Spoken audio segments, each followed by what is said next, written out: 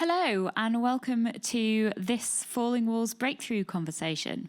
This is your opportunity to engage and interact with global leaders, outstanding scientists, emerging innovators and science entrepreneurs, talking about their individual research, career paths and experiences. Our audience is very much encouraged to engage and interact with our speakers. If anybody would like to ask a question, please use the raise hand function on Zoom, and you'll be spotlighted, unmuted, and invited to put your question to our speaker. If you have any technical questions, please use the chat and one of our moderators will get back to you. This conversation is being recorded and will be available on the Falling Walls website shortly afterwards. I'm Nicola Jones, and I'm the Head of Publishing for the Springer Nature Sustainable Development Goals programme. And for the next 25 minutes, I'm joined by Dr. Georg Schütte, who is the Secretary General of the Volkswagen Foundation. Prior to this, he was the State Secretary in the German Federal Ministry of Education and Research for 10 years, and led the negotiations between the federal government and the German Länder on the future financing of the German research system. Welcome, Georg. Thank you very much for joining us. Thank you very much for having me here. So given your experience and your participation this afternoon in the plenary table on international cooperation, I'd like to kick things off by asking, what do you think are the most important challenges for which global cooperation is needed? Well, if we currently look at Glasgow, one of the challenges is fairly obvious. If we talk about climate change and we talk about the challenges the global community of nations faces, so these are pressing issues. But if we look further at our societies, we see that there is, on a more social level, a competition between the political systems. How do we organize our nations? How do we organize our communities? What keeps nations and people together on a national and international level? So there is a multitude of challenges that we face, ranging from global ecological problems to societal problems all over the world. And where do we need to do better? How do we need to facilitate this collaboration to address these? But the question is, who is the we? If we talk about the scientific community, I think efforts are there to understand what's going on, what's happening globally. And it's a challenging issue. We do see physicists, we do see chemists, we do see life scientists working together to get a better understanding of processes of global change. We try to understand the Earth system, as experts call it. At the same time, we do see scholars in the humanities and social sciences trying to understand the dynamics of societal transformation, and the two groups again then have to work together to get a better grasp of the challenges of the future. So if the we is the scientific community and the people who support it, who try to raise funding for the scientific communities, a lot of efforts have been ongoing and go on to tackle these challenges. And what would you like to see being done differently?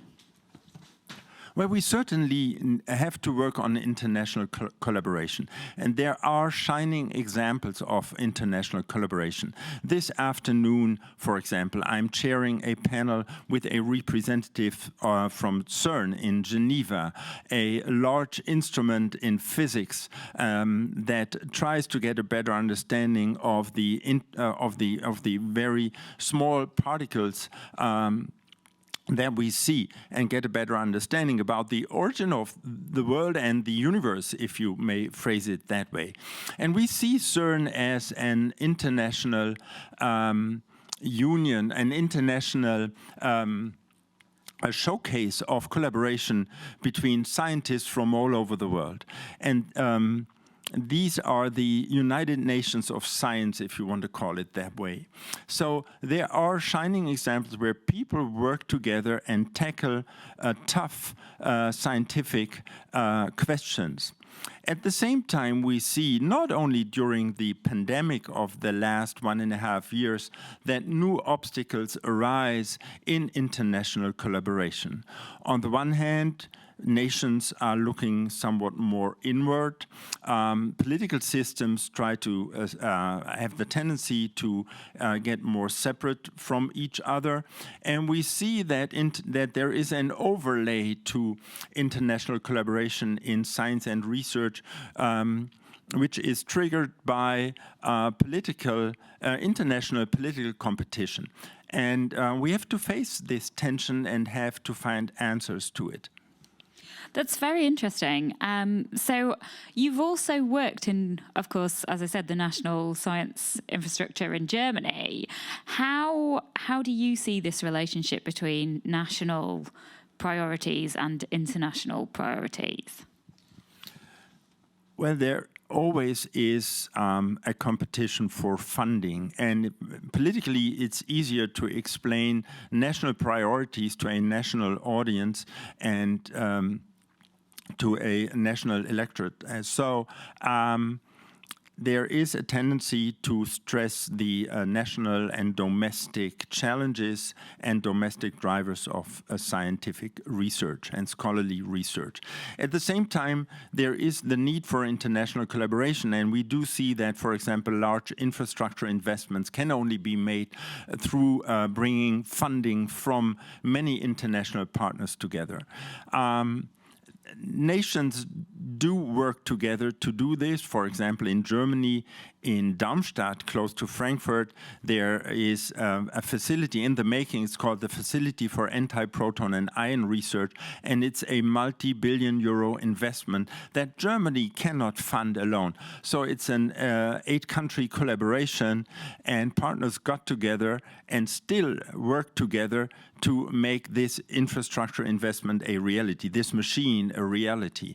But it requires constant negotiations and constant motivation in many different countries.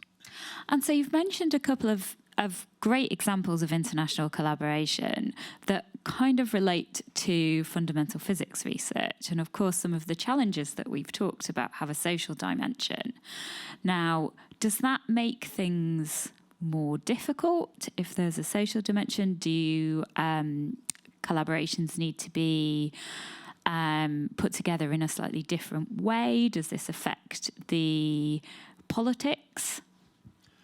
Well, it certainly affects politics. If we look at science policy, physics does have an advantage because ever since, let's say, the end of World War II, big science was made possible in physics. So machines were created that require even larger machines in order to tackle the next dimension of physical questions. Whereas the life sciences, for example, came later, and they rely on different scientific equipment and require different infrastructure, more distributed, smaller, higher innovation rate, higher exchange rate. So it's a different type of machinery, a different type of machine park. And then science in general changes. We talk about open science, open data, open source, for example, today. And so we tackle questions of individual intellectual property rights on the one hand, transparency and openness on the other. And last but not least, to answer the question, the societal dimension. Yes, I think that it has, in recent years, it has become more obvious that even those who work in the hard sciences need to reach out to society at large, not only because of, to legitimize the public funding, but also to explain what they do, to explain the contributions to the larger pressing issues which we discussed early on at the beginning of our conversation here. So there are many reasons why scientists have to speak out and have to explain what they do to a larger public. And this has been a theme throughout the conversations we've been having today about the importance of communication and building trust with the public. Do you see that there is a role for these kind of big science projects and collaborations in helping to build this trust? Yes. Again, if you look at Geneva and if you look at CERN, you can see how they developed outreach programs for school children, school classes. On the one hand, to make the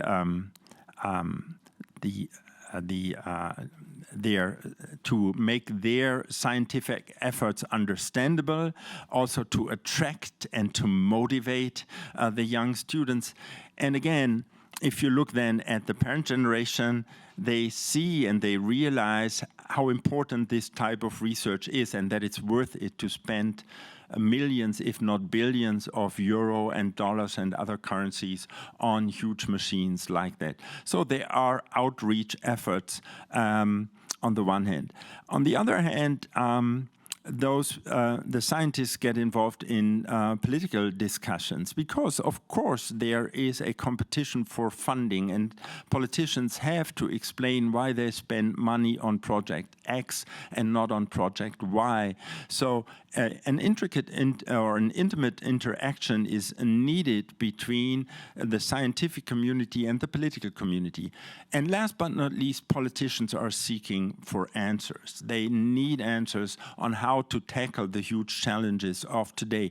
And many of them, if not most of them, need scientific explanation and need options how to deal with it in the future. And these options have to be created by scientists and by scholars, because they cannot be created by the hard scientists alone. And do you have any thoughts on how scientists can do that kind of engagement better? Well, this afternoon, I suppose, at least from reading the statements of those people who are part of the sessions, which I have the honor to moderate, some of the initial statements say that scientists and researchers have to leave the comfort zone.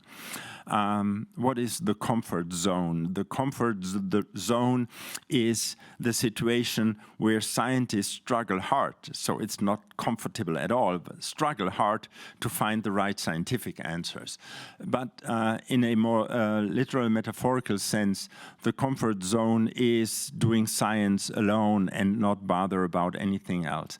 So getting out of this comfort zone needs new knowledges, expertise in how to interact with media representatives, with political representatives, with a broader audience created by social media, by old-fashioned television, or even print media. So it requires additional qualities that not every single researcher and scholar has. There is an advisory council to the German federal and Länder state government, the Wissenschaftsrat, the Council on the Sciences and the Humanities, and they just issued a statement on science communication. And one of their statements is that you cannot expect every single scientist and scholar to also be an outreach person, to also have the ability, the power to explain, to communicate. But if we can train the next generation of researchers to be open to it, and if there are more people who develop this type of talent, more than we currently have, it's a step forward. So the next generation of scientists will need to be trained in a slightly different way than the previous generation. Yes. Just on an anecdotal basis, a good friend of mine became a professor several years ago. We were schoolmates. So 20 years ago, when he started to write his first popular book about learning, giving advice to parents and students, his institute director said that he was wasting time and that he should more focus on his academic and scientific career rather than writing popular books and giving interviews. This has changed dramatically. Now it's being considered an inherent part of what a scientist, a researcher has to do. And to give credit to this type of activity, this is something we need in terms of career path, career advancement, and status within an institute or a university. And so as somebody who works for a foundation, is this something that you are starting to look at with projects that Volkswagen are funding? Oh, yes, definitely. For years already, we have been offering training, media training, to those who are funded by the foundation in whatever field of research they work in. So it's an open invitation to early career scientists for 2 or 3 day media trainings. And in addition to that, earlier this year, we started funding 4 centers for science communication research. So we support and we fund research that focuses on science communication. How does it work? What are the dynamics? And what can be done better? So the outcome of this work, the outcome that we expect is, on the one hand, a better understanding of science communication from a scholarly perspective, and at the same time, recommendations for practitioners in the media on how to improve science communication from their side. That's wonderful. That's fantastic to hear.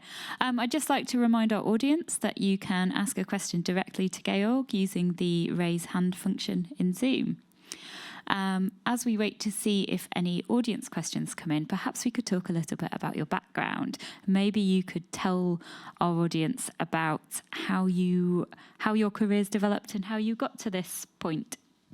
Well, I've been working in science and research management for almost 3 decades, starting in the foundation world and eventually becoming the CEO of the Alexander von Humboldt Foundation, which sponsors researchers from all over the world who come to Germany for a period of time to do research here at German universities, at German laboratories, and later on they go home, back to their home countries, to some extent in some countries also supported by the Humboldt Foundation, countries which are not economically able to support all the researchers and all the research talent they have.